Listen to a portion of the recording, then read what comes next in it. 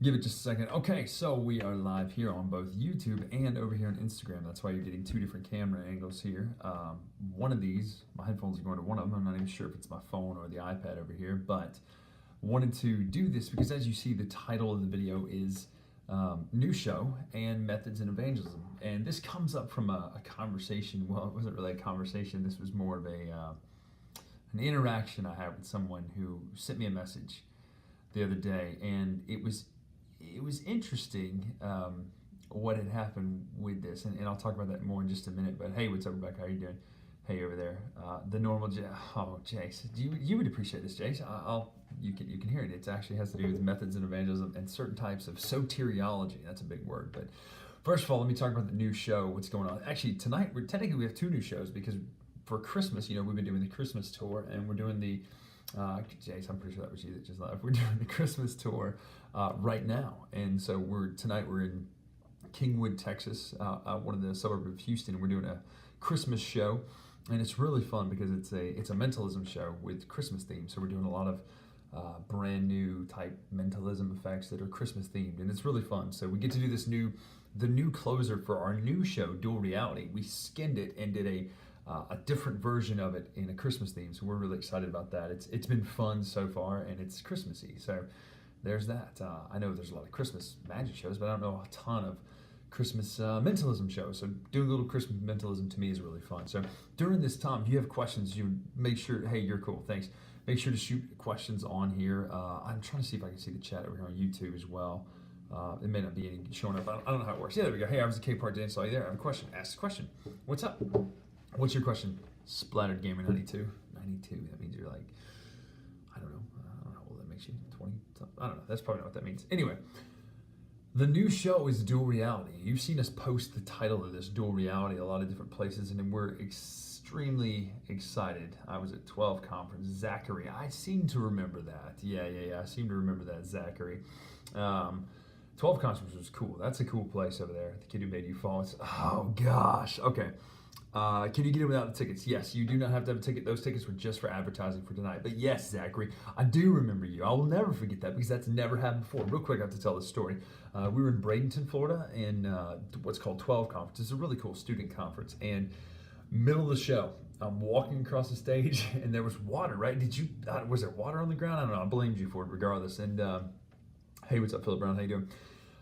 There was water on the ground, and I slipped, and it wasn't like a slip, kind of buckle your knee. It was kind of just like the number thing on the sheet. I love that one.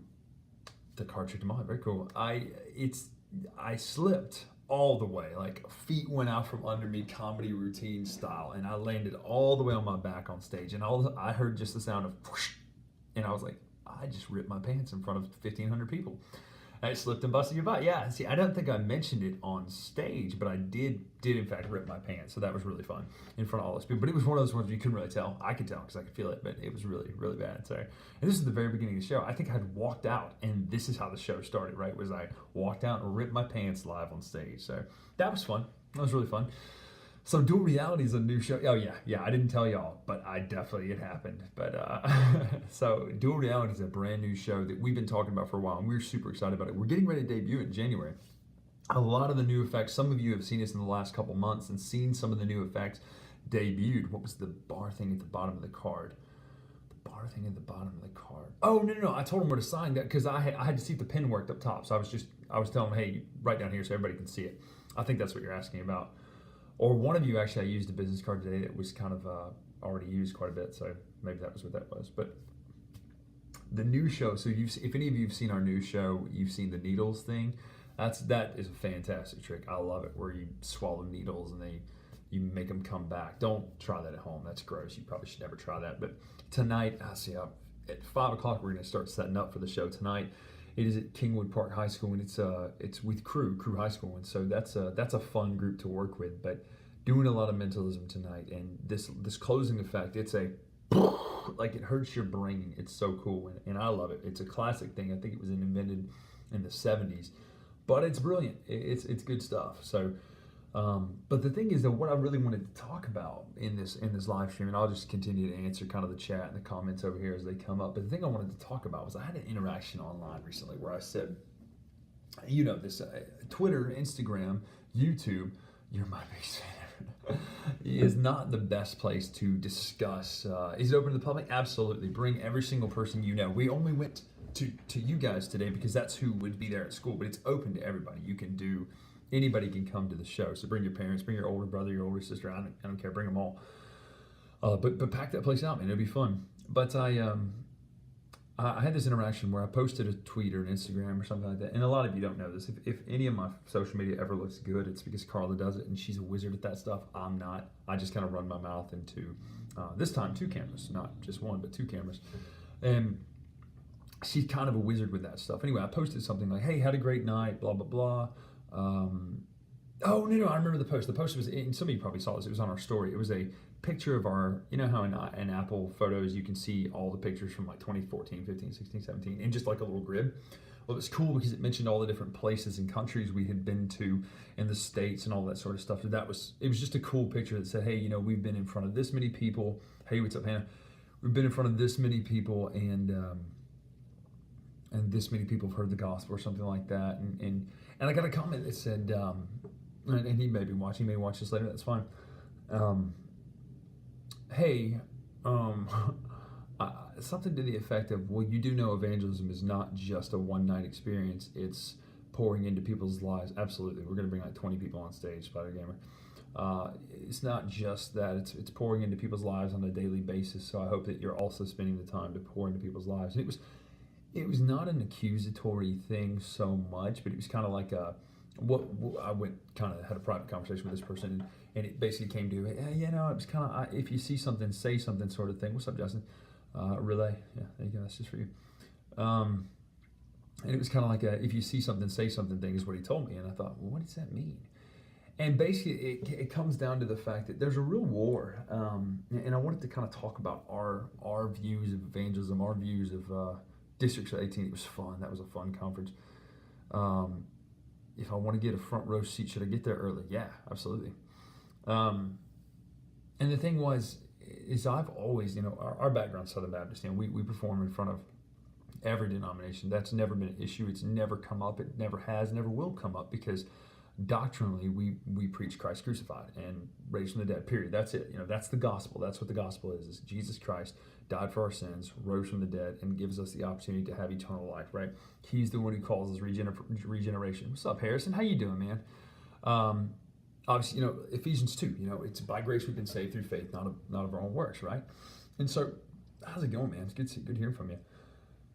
Yeah, but it kind of stuck in my craw because there's a real attack. And I've been listening to a podcast by a guy named Leighton Flowers. And Leighton's a really smart dude out of Texas, called Soteriology 101. Soteriology is the study of, I want to say it's a study of salvation or something. Anyway, that's what it means in Christian circles. 11 years, Spider Gamer there. It's basically to talk about salvation and kind of what the process is, and really it comes down to, now most places would be the idea of Calvinism versus traditionalism, not Arminianism. That's kind of a bit of a straw man to instantly go from Calvinism to Arminianism. You're either a 5-point tulip Calvinist or somewhere in between, or you're an Arminianist, and there's no middle ground. Basically, it's kind of what we see when it comes to debates, but there is middle ground, and obviously stuff like that. How's the traveling? It's going good. This weekend's a little crazy, but we're in Texas this week, and we will be in North Carolina and then Kansas, and then we're home for a little bit. So taking a little bit of a break. But I'm in Houston right now, in this hotel room right now. Sorry, doing a little live stream. But and I started diving into these conversations and these talks, and I remember people a few years ago, even 6 months to a year ago, who really had an issue with things like the sinner's prayer. And they said, you know, very emotional sermons, very emotional, serious sermons. I don't know if we'll be at Winter Blitz this year or not, but I'd love to come back. That was fun. Emotional, serious sermons about how the sinner's prayer is sending people to hell. And I heard Leighton talk about, he said, that would be like saying that the wedding ceremony, because people get divorced, that the wedding ceremony shouldn't happen, right? He said, well, you can't find the sinner's prayer or anything like that in the Bible. And he kind of went to he kind of went to the verse I would go to too, and that would be Romans 10:9. If you confess with your mouth that Jesus is Lord and believe in your heart that God raised him from the dead, you will be saved. And people talk about, well, there's never any kind of verbiage of invite Jesus in your heart into the New Testament. And he goes to another verse, and I think Ephesians 3, I want to say, it talks about receiving Christ in your heart, because that's the seat of your emotions. And really what it boils down to is the idea, do people have free will? Do they have the ability to recognize they're sinners and they're lost and they need Jesus and put their faith and their trust in Jesus? Or are we totally unable, total inability basically is the total depravity, total inability, that on our own we could never respond to God's grace unless we've been elected before the corridors of time to respond to God's grace. And it goes into hard determinism of Calvinism, and that's just not where I fall on. And I know we're getting deep into theology, because some of you are like, what in the world are we talking about? I wanted to get this on paper, I wanted to get it on video, kind of where we come down and why I do offer an invitation in our shows, why I do offer, and not a manipulation. And this is where the thing, it'll be over before 8. I know that for sure. Is this a podcast or a book or something? Yeah, Harrison, go check out Soteriology 101 on YouTube or on iTunes or something like that, or one of the podcast places you can find out. It's really good. Leighton is the Texas YEC, or he's the Texas Baptist apologetics guy. But it's important to me because a lot of times we'll run into places like, hey, we don't do invitations or anything like that, because there's a fear of people who manipulate people into making a decision or something like that. And it is pretty interesting that if you were a hard determinist, irresistible grace, that you can't resist it, there's nothing you can do about it, well, then it doesn't matter if people manipulate you, because obviously it's irresistible. So it doesn't matter what the means are at that point. They've been determined before the corridors of time and all that sort of stuff. And do you know what time they're letting people in? I think doors open at 6. So in my mind, if we, people who don't believe in hard determinism, is just about free will and predestination, it is, but there's other stuff too. But that's kind of the main idea of the topic. Of the first thing is free will, predestination, and all that sort of stuff. But it gets into tons of other issues and things like that. There was one where he was talking about the guy from Caedmon's Call the other day, the lead singer from that band, which I grew up listening to. So it's kind of crazy to hear that story. But it's crazy because we'll run into people who are like, hey, we don't do any kind of invitations because, again, people manipulate that. And I agree, we should not be manipulating people. You have to be very careful about how you do that. But I just go to scripture and I see Romans, I don't know, we'll see, Pat. I see Romans 10:9, 5:8, Romans 10:9, 10:13, whosoever calls on the name of the Lord will be saved. And I just have a real problem with that. And John can back me up on this. John and I, he just joined there. John and I have had talks and discussions about this kind of stuff before. But the idea of, is it irresistible? If it's irresistible grace, then you can't manipulate people. And if it's not irresistible, then obviously you can manipulate people, which is why manipulation in evangelism is such a tricky thing. But I don't think giving an opportunity to respond publicly is that. I feel like that's just I've got a friend who's an evangelist in, because we're called, hey, thank you, Harris, I appreciate that. I've got a friend named Scott Dawson in Alabama. He ran for governor actually, and he and I were talking about this at a camp a couple years ago. And we said, you know what? It says, we're all called to preach the gospel. We're all called to share the gospel. So if we're on stage sharing the gospel, and you're giving people an opportunity to respond, and you say, okay, well, you can't do the sinner's prayer. That's not biblical. And even though we talked about that, I really think it is biblical. No, there's not a model where you go, look, see if you just pray this, because then it becomes a kind of more of an incantation. We know it's not that. But my point is, where I was going with that was the fact that we go, okay, well, what do you do? How do you lead someone to respond to the gospel? What does that look like? If there is no moment where you confess with your mouth that Jesus is Lord and believe in your heart that God raised him from the dead, and then Romans 10:10 goes even further into that conversation, what does that look like? And I've never really heard a good answer. I'm not saying there aren't good answers. I'm not saying that other people just haven't studied. There are people who are way smarter than I'll ever be, who forgot more than I'll ever learn on the subject, who kind of have thoughts about salvation and predestination and free will and all that sort of stuff. People think of people like James White and Dr. R.C. Sproul, people like that who are on the other side. Hey, what's up? On the other side of the argument, but are brilliant, right? So it's not an issue of not studying. It's an issue of looking at Scripture and seeing there's a couple different ways, and trying to get to the truth and trying to take off any kind of preconceived notions of what Romans 10, Romans 9, and Romans 8, and all that sort of stuff says. And so my question is then, okay, on the other side of the view, for people who don't see, there are definitely times for invitations. Your settings are definitely perfect times for those. One thing I do appreciate is that you always give a clear presentation of, right. And so, John, that's exactly my point. When it comes to that, we and you, John, you know, and I know, we both see manipulative services, and I'm not pointing anybody in particular. Yeah, hey, how do you do that? How do you do that, Harris? I don't even know what that is. How do I do that? You and I have seen that, John, where we see a manipulative kind of service. And so those are obviously not what we're trying to do. We're trying to combat that, but also give the gospel in a clear way, and then give an opportunity to respond to that. And how are that? What's up? How's it going? Is it working? Is it clear over there? Yeah, I can hear you now. There it goes. I was about to say it wasn't going so clear there for a minute. What's up? Not a lot, man. Just we're just doing a live stream here, talking about soteriology, talking about new magic and all that sort of stuff. We do have a brand new show. I don't know if you heard that part earlier, and it's pretty exciting. We're looking forward to that. So yeah. So how have you been? Yeah. So I'm not staring at your face down here. It does look like I'm doing that. I was actually reading a comment down at the bottom. John, that's exactly right. It's not. You're right. If it's all about the emotions of the moment, tying it to the moment versus tying it to the life-changing experience, and that's what he was talking about. People like Clayton King and guys like that I've heard talk about. Hey, this is a sacrificing of your old self to being a new creation. It's not a matter of, well, it's just Tuesday. I think I'll go down front and get saved, and then if this doesn't work, I'll just cast it off and try something else, because then it becomes an emotional experience versus actually really a life-changing experience. And that's, I think, what we're trying to avoid when it comes to invitations and things like that. And so I imagine that's probably why some people worry about that. Did I just lose? Hold on, let me see if I jump back out. Carla was just calling me. Did I just lose? I'm back. Okay. Did I blank out there for a second? Carla was calling me on the phone. So, but yeah.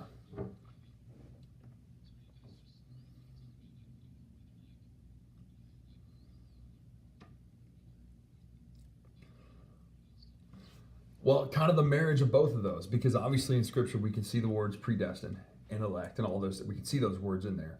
And then also the fact that free will seems like an absolute properly basic belief, plus all the different things about when it comes to choosing. There's a lot of language in New Testament about choosing and making decisions to follow Christ and all that sort of stuff, and with things that the language doesn't work if it's not some sort of a free will. If it's not purely, if it's determinism, then a lot of those verses don't really work. They don't make sense. It's kind of what we're dealing with.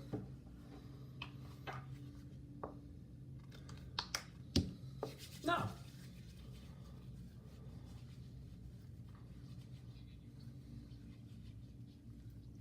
Mm-hmm.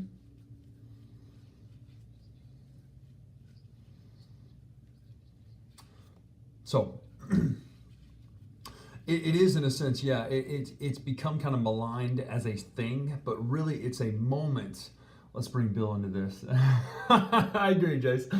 Sorry, I'm reading the comments. It's become maligned as one single solitary thing of just repeat after me. And obviously Billy Graham did this, right? I see that hand out there. If you prayed this prayer to receive Christ, basically in our show, what it typically looks like is, hey, if you realize tonight that you're broken, you're lost because of your sin, you're crushed, and on your own you'll never be good enough. You're always going to fall short, like Romans 3:23 says. And because of that sin, because of our broken, fallen nature, we deserve death, and we will get on our own nothing but death because of God's justice, because of God's righteousness.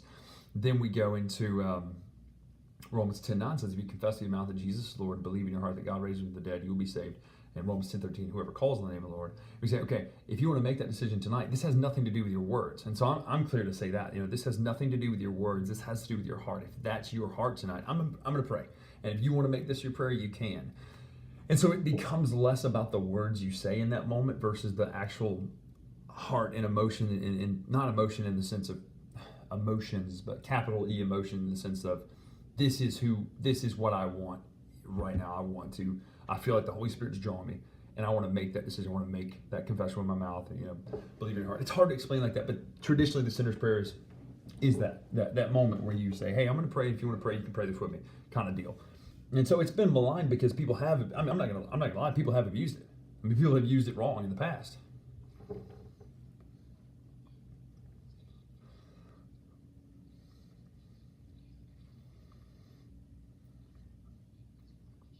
Mm-hmm.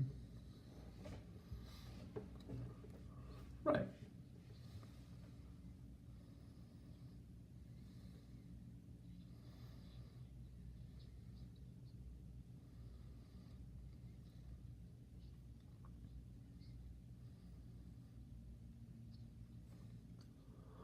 It just occurred to me, I need to take this off because it just occurred to me that anybody watching me talk to you will not hear you on YouTube over here. So I'm going to try to turn this up to where you will come through because I'm streaming on two places, YouTube and Instagram. It just occurred to me that with the headphones in, that will not work. And so people just heard me say things to you. Now, if they're watching Instagram, they'll hear it and they'll see you, but it just occurred to me I need to do that. But that's a good point though. That's exactly right. It's a hard issue. It's not about motions, motions, not emotions. It's not about motions. It's not about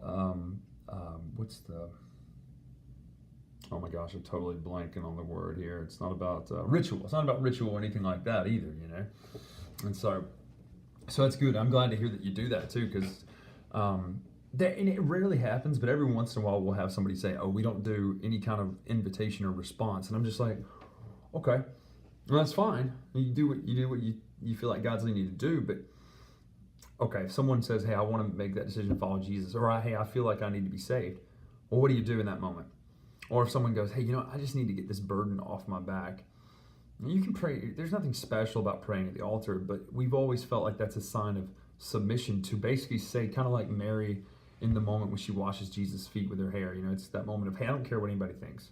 I don't care if you're looking, basically. I'm going to do this because I know that I need to worship and I need to fall down at the feet of Jesus, no matter what people think about me or not. Yeah. Mm-hmm. You got any plans to come to Colorado soon? I would love to. We love being out that way. We were there last summer, I think was the last time we were there. We've been there every summer except this year. We haven't been to California. Texas, this is the first trip to Texas we've been to this year. It's been a weird year. We've been all over the place elsewhere, but this is the first time we've been to Texas this year, and the first time I don't think we hit California or Colorado this year at all, which is crazy. But we're usually in there at least once. So, where are you in? Are you in Denver, Colorado Springs, or neither? I'm like an hour. Like, what would that be? I'm not really sure. Up, down, left, right. Yeah. Well, that's good. Yeah, no, I hope so. I hope to get out that way soon. But yeah, we've got our new show. We're pushing the new show pretty hard, and a lot of so the ending was inspired by a guy named David Bergelas, and he's from the 70s, and then Darren Brown and guys like that. Mentalism. Always loved mentalism, but this last effect has just got layer upon layer upon layer of crazy moments where you feel like your head's getting kicked in, and so we did a Christmas version of that for the Christmas show that we're doing tonight. So it's fun to kind of just make it Christmassy. Yeah. Cool. Yeah. All right. Cool, man. Good talking to you, buddy. Yeah, I'll catch you later on, man. See ya. So that's what we're talking about. We're talking about that was Harrison. Talking about can't wait to see it. Well, good. I'm excited about it.